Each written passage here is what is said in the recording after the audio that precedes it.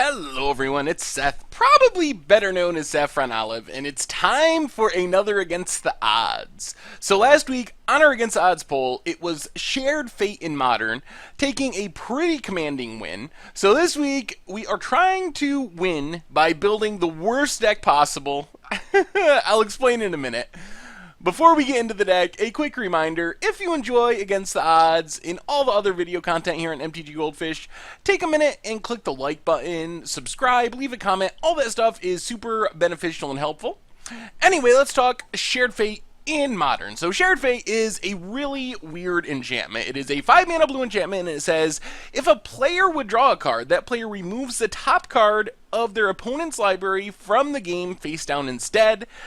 And each player may look at and play the cards he or she has removed from the game with Shared Fate as though they were in his or her hand. So essentially, once we resolve a Shared Fate, our opponent plays from our deck and we play from their deck by exiling the cards from each other's decks whenever we would draw a card. So on our draw step, we exile the top card of our opponent's deck. On our opponent's draw step, they will exile the top card of our deck, and you get to play with those cards just like they're in your hand. So, the trick of Shared Fate is building the worst deck possible. The idea is we play Shared Fate, and the way we make Shared Fate into a win condition is by having our deck be so useless to our opponent that they literally cannot win the game after Shared Fate comes down.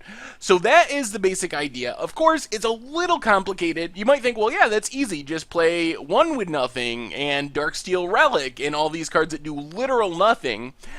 And while I thought about that, the problem is we actually need to live long enough to cast a Shared Fate, and when we cast the Shared Fate, we need to not be super far behind on the battlefield or super far behind as far as what cards are in our opponent's hand, because Shared Fate doesn't do anything about the battlefield, and it doesn't impact cards that are already in our opponent's hand. From the point that we resolve a Shared Fate forward, our opponent is not going to draw anything especially useful, because that's how we build our deck, to be really bad for our opponent once Shared Fate is down. But we still need to make sure we're not just dead on board, or that our opponent has a handful of Siege Rhinos and Tarmogoyfs, because we could still lose to that. And then the idea is, our opponent, since they probably weren't expecting to play against Shared Fate, didn't build a horrible deck, and instead built a deck that is trying to be good and be able to win the game. And since we get to play with their deck, we use their cards to win the game. So we take their Tarmogoyfs and their Siege Rhinos and their Lightning Bolts, and we get to use them while they have to use all of our horrible cards. So that is the idea of Shared Fate. That is our deck. Brain Spoil, it's a removal spell, but the main reason it is in our deck is it is Shared Fate number 5. We can transmute it for 1 and 2 black and get the Shared Fate out of our deck. But in a pinch, if we already have a Shared Fate or whatever, we can just use it to kill something, even though it's kind of expensive as a removal spell. So our deck is full of ways to find Shared Fate, first off. So we have Gitaxian Probe, Peak, and Serum Visions. So when I first built this deck, I had Gitaxian Probe, Serum Visions, and Sleight of Hand. The thing is, Sleight of Hand technically doesn't draw a card. It makes you look at the top 2 cards of your library, and you get to put one in your hand. So as we're building the deck, we always got to think, what's going to happen when our opponent plays this card? Gitaxian Probe, all that happens is our opponent sees our hand, which probably doesn't matter anyway, and they exile another card from the top of our library, which is going to be bad because all our cards are bad. So drawing a card is fine. Serum Visions is fine. Gitaxian Probe is fine. Sleight of Hand, on the other hand, actually lets our opponent, once they exile it with Shared Fate and go to cast it, look at their deck and take a potentially good card, and that ruins the entire plan of our luck. We can't give our opponent a chance to draw good cards. So when I realized this, I switched out Gitaxian Probe for Peak, which has the added benefit of letting us see our opponent's hand.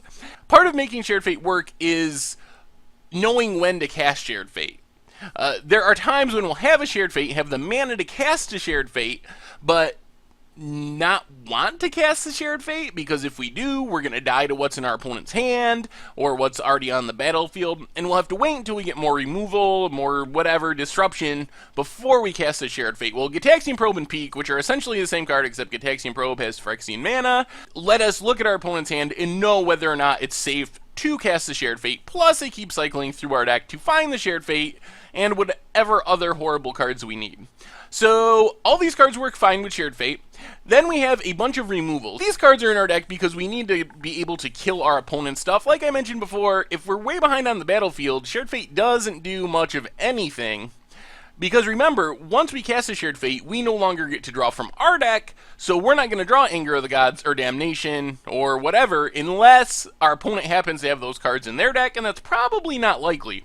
So we need to use these cards to clean up the board before we take and resolve our Shared Fate. Fiery Impulse probably looks weird. Most modern decks want to play good cards, so they play Lightning Bolt in that slot. Well, our deck doesn't want to play Lightning Bolt because Lightning Bolt is a card that could potentially kill us once our opponent gets it from Shared Fate. So say we get down to a low life total while we're trying to find our Shared Fate, trying to stabilize the board. Our opponent exiles a Lightning Bolt from our deck with Shared Fate, they bolt our face, we die. Well, Fiery Impulse is the closest thing we have in Modern to a Lightning Bolt that can only hit creatures. So that's why it's in the deck. It's actually better in our deck, as crazy as it sounds. Shared Fate flips deck building on its head. Instead of wanting to play the best card possible, you're trying to play cards that are good enough, but it's not good for your opponent when they draw them, so it's really odd. So Fiery Impulse is better than Lightning Bolt in this deck. And then Dismember, just to kill things. Then we have some discard. So the hand is almost as deadly as the battlefield. Once Shared Fate comes down, our opponent's not going to draw any good new cards, because they're drawing all of our crappy removal and whatever, discard and all that stuff. But they still have the cards in their hand. Shared Fate doesn't make them discard their hand or anything like that. So Thoughtseize and Inquisition help make sure that when we cast our Shared Fate, our opponent doesn't have a bunch of big threats left over. Say, for example, against Tron, if our opponent has a Karn in hand when we resolve Shared Fate, sooner or later, they're going to get enough lands out of our deck to cast the Karn, and Karn is probably going to beat us. Thoughtseize make sure that doesn't happen. Also, just like Gitaxian Probe and Peek, it lets us see our opponent's hand to know if it's safe to cast a Shared Fate. And then Mana Leak, kind of just a catch-all answer. It's good in the early game before Shared Fate to keep the board clean. Can help us resolve our Shared Fate if our opponent's playing counters. Mana base wise, Exotic Orchard is the most interesting one. It adds a mana of any color a land an opponent controls could produce. So one of the challenges of Shared Fate is you actually have to cast your opponent's cards, which means you need the right color of mana. Our deck is Grixis, so we already have black, red, and blue covered, but if our opponent's playing a green-white deck, our lands really can't cast their spells, so we're waiting until we draw their land so we can play their land so we can cast their spells. So it can kind of take a while. Exotic Orchard speeds up the process. It just says you can cast any of your opponent's stuff because you have the right mana necessary. So it's it's a really cool addition to this deck. Then we have 8 fetch lands, a bunch of shock lands, and some basic lands. In the sideboard, of course, one of my favorite all-time sideboard cards, Bribery. 5 mana, search your opponent's library for a creature, put it onto the battlefield under your control, then the player shuffles. So this is there to steal Eldrazi primarily. The sweet thing about Bribery in this deck is it fits into the Shared Fate plan. Our deck has no creatures, so when we draw Bribery, we can cast it, steal one of our opponent's creatures from their deck. If our opponent gets our Bribery off of the Shared Fate, they cast it, it doesn't do anything because we don't have any win conditions, so they just spent 5 mana for nothing. So not only does it let us steal our opponent's Emeralds, but it's kind of a troll card when our opponent gets it.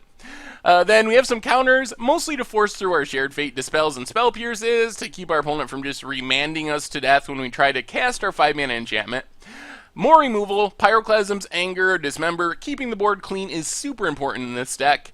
Stone Rain, mostly to help out against Tron, also can get a creature land, and we don't really care. Like, yeah, our opponent will probably hit it off Shared Fate eventually if we side it in.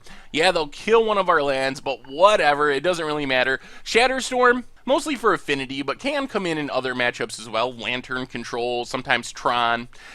And then Grafdigger's Cage, to fight against Nahiri, to fight against Collected Company, and Pithing Needle, kind of a catch-all for Planeswalkers and stuff. Planeswalkers on the battlefield are another way we can very easily lose with Shared Fate on the battlefield. If our opponent has an active Liliana, Yeah, their opponent's not going to draw any cards, but sooner or later they're just going to ultimate Liliana multiple times if we don't run well enough with our opponent's deck. So a Pithing Needle is a way to lock those Planeswalkers down. So that is our Shared Fate deck, the deck that is hopefully so bad that it's good. As far as the odds of winning, I'm a little nervous. I think this is a fairly good representation of Shared Fate. Like, we got removal, we got discard, we got ways to find our Shared Fate. The problem is Shared Fate just doesn't do anything when you're behind on battlefield, when your opponent has a bunch of cards in hand, and there's not really a good solution to that. I'm also a little disappointed that we couldn't play straight up troll cards, because Shared Fate exiles the cards face down. So yeah, it would be hilarious if we were forcing our opponent to draw 1-with-nothings, but we're not going to know that they're drawing 1-with-nothings because they're exiled face down and our opponent's probably not going to cast them. So it took away from the fun. If they were exiled face up, it would have been a lot more fun to play just straight up troll cards and, and laugh at our opponent as they draw really horrible stuff. But as it is, we had to settle for our opponent just drawing merely bad stuff that does nothing. So I think we can win some games with it, but I don't think it's going to be able to win consistently. I'm going to say we win about 25% of the time, 1 out of every 4 games. So I will be interested to see how it works. It's very different, because normally in Magic you want to build the best deck possible. Shared Fate, you actually want to build the worst deck possible, but not quite the worst deck possible, because you still need it to keep you alive. So you're trying to build the best deck possible for you, with the knowledge that at some point your opponent is going to be playing with that deck and have it be the worst deck possible for them. So it's a really cool deck building challenge. Anyway, that is Shared Fate for Modern. I hope you enjoy the videos. Thank you very much for watching, and I will talk to you soon.